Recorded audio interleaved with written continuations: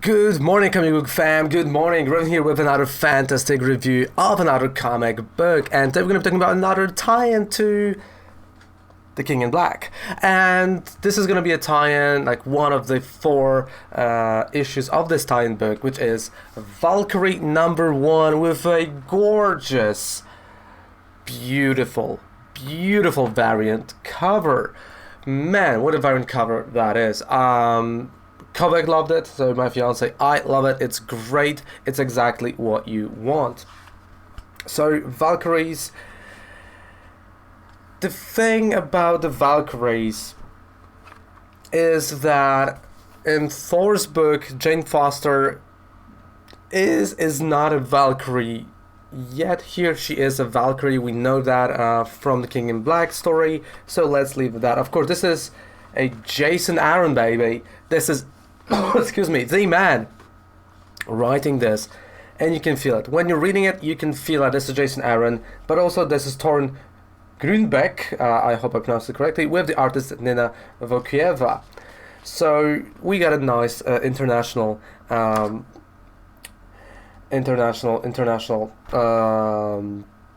collaboration.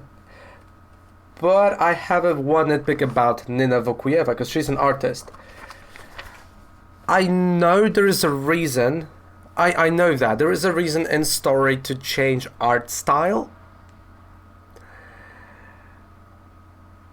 but it sometimes takes you off and out, of the book. But I mean, there is a story reason to it, and she done a great job, like drawing into complete. I thought, because I just went straight to the book. I thought it was like two artists working on the book.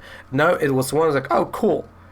But it always annoys me that when this style of the drawings is different. Of course, yes, there is a story to it. There is a reason behind it when you think about it, but it can take you off if you don't like books like that. The story takes off, of course, after The King in Black #2. Kind of. You see, the thing is, yeah, it takes off after King Black #2 because it shows the Earth being like surrounded by the Venoms, and we kind of know that Eddie is dead over here, but it's all gonna be about Sentry and the death of the Sentry and Jane Foster and the Valkyries having that adventure. Right, so is this gonna play a huge role? I think it will, especially because it revolves around Sentry, which was supposed to be the savior of the Avengers, but of course we know he got killed, like literally murdered in space by Null, the god of symbiotes. This is first issue of the 4. Kind of curious where the story is gonna go later. So the story opens with the shot of a battle. And this is the battle that we don't know who she is at this point, was doing. She was like, oh no, I don't want to do that again, please. I don't want to do that again. I don't want to go to that void. So we learned that there was some kind of a battle in the past that happened, and that Valkyries were fighting, Valkyries were doing stuff. And that's it, right? Next page, we go to Jane Foster, we go to Earth's orbit, and there is a ghost of Sentry, of course, all gold, right? Just sitting there, and these are his corpses, right? And he's like, I'm dead.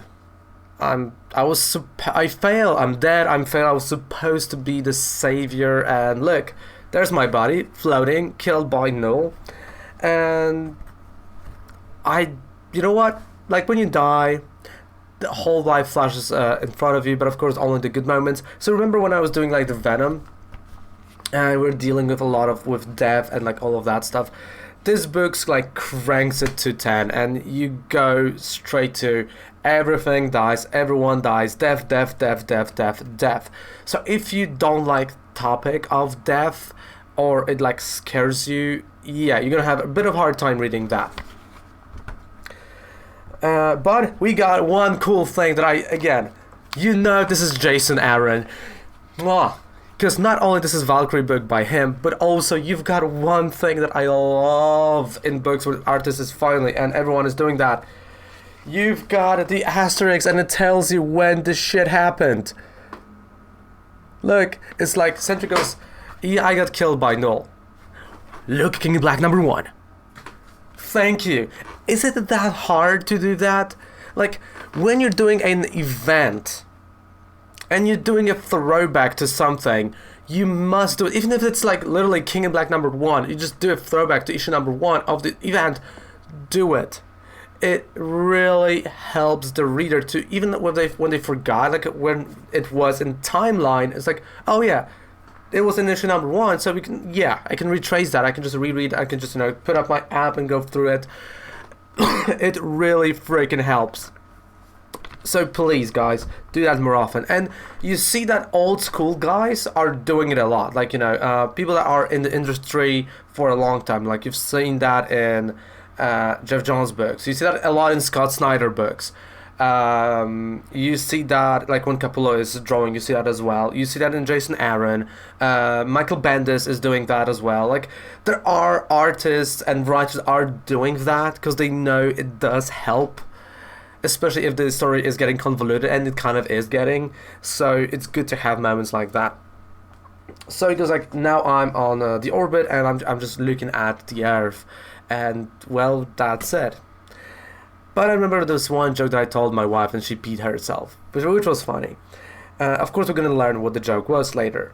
And, we see the moment where the Earth is getting nullified, like the whole Earth is getting wrapped around by the symbiote. And the Jane Foster goes like, cool, you know what I'm here for. I have to take you to Valhalla. So that's because that's what Valkyries are doing, right? They're taking, the fallen heroes to Valhalla. It's like, it's going to be a long journey. And you know what? No worries. Like, Earth is okay. And we learned that she lied to him because she sees death, right? And you saw that in the issue #2 when she looked at Eddie Brock and she saw death, like the skull around him. She sees the same thing and on the Earth. Like, literally, she sees the skull on Earth, but she lies to him. Then we cut back to this lost Valkyrie. Again, the art style drastically changes from page to page. You can clearly see that, and this actually has a purpose. And now we can talk about the purpose. The purpose is that the second Valkyrie is lost in a different realm, and she is in the constant loop of the same. She kind of has like this Groundhog Day, and she's constantly in the same loop over and over and over again. And probably to emphasize that, the art style is being changed. And you can appreciate that for what it is. It can also take, people that don't like that away from the story. So she orders a drink. She goes like, who am I? What's my name? Am I Kara? Am I Tundra? Am I whatever? She battles guys in the bar, and she still is like, who am I? And whenever she takes a sip, she sees a carving on the desk, like, you're not dead, fight it. So it's not like she is dead. She is in this like endless loop that she has to break free from. And we see, of course, Sentry with the Valkyrie going to the Valhalla, and Sandra goes like, hey, you want to hear that joke? And she goes like, yeah, cool, tell us. So the joke goes, hey Lindy, because Lindy was his wife, hey Lindy, do you know how to make a holy water? She was like, how? You boil the hell out of it. And, of course, it was not funny to Jane Foster, but Lindy, the wife of Sentry, peed herself because it was so funny to her. But we learned that there's something weird, and there are like death creatures near Valhalla. And there's this fight coming. There's like literally a symbiote death creatures that are just waiting for Sentry, and they want to take Sentry for themselves. They want to nullify Sentry because, of course, Sentry is one of the most powerful beings on the planet.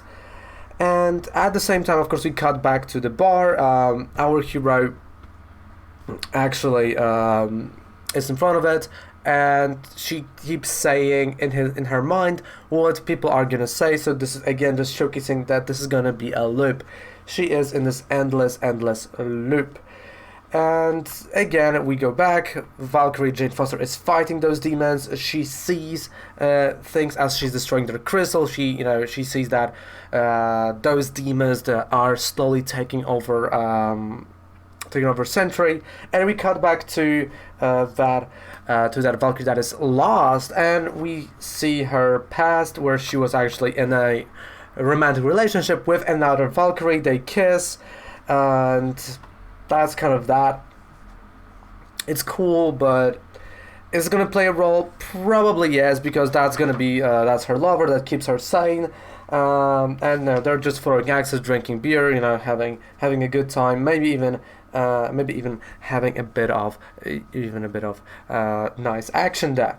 So Sentry is being actually pulled by this mysterious thing to this void that we don't know, and we cut back to this of course other Valkyrie, and the scene, she relieves the moment where she dies, right? She gets like stabbed with the spear. Sentry is in that void, so Jane Foster throws her weapon to that void so Sentry can catch it, but instead of a Sentry, she finds this second Valkyrie, and the second Valkyrie just is like, well, that's different, I'm just gonna grab it and we're just gonna go away. So this second Valkyrie is saved from that endless loop by Jane Foster, but they've lost Sentry, unfortunately.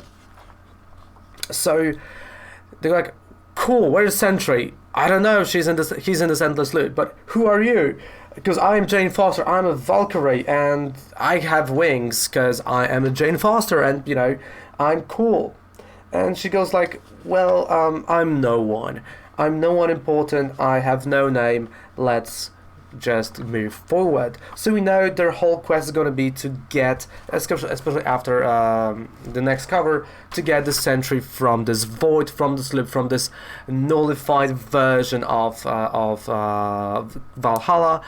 And it actually, starts to be nice. Like, the pacing is getting there slowly, and the Sentry is going to play a center role, or at least this Valkyrie that was saved by Jane Foster. I enjoyed the book. It's a cool little story, a good emphasis on the death, and it's a 7 out of 10 for me. Jason Aaron, you can't really go bad with Jason, especially that we know that he is writing Valkyries after King in Black, so he is probably already like putting stuff together, or like laying grounds for certain stories that he wants to tell, because he's a Jason Aaron, come on, he likes that stuff, and I enjoyed it for what it is. It's probably not going to be a book I'm going to reread, because it's quite simple. You can tell in three sentences, like, Sentry died, they tried to take him to Valhalla, he was taken by the nullified versions of the ghosts, whatever. There was a lost Valkyrie, Jane Foster helped her by accident, now there are two. Great. And yeah, there's a joke that will make Sentry's wife pee herself. Not a bad book, not the best tie-in, 7 out of 10 for me. Definitely a good read, and if you liked Jason Aaron's story, you're gonna enjoy that, to be honest.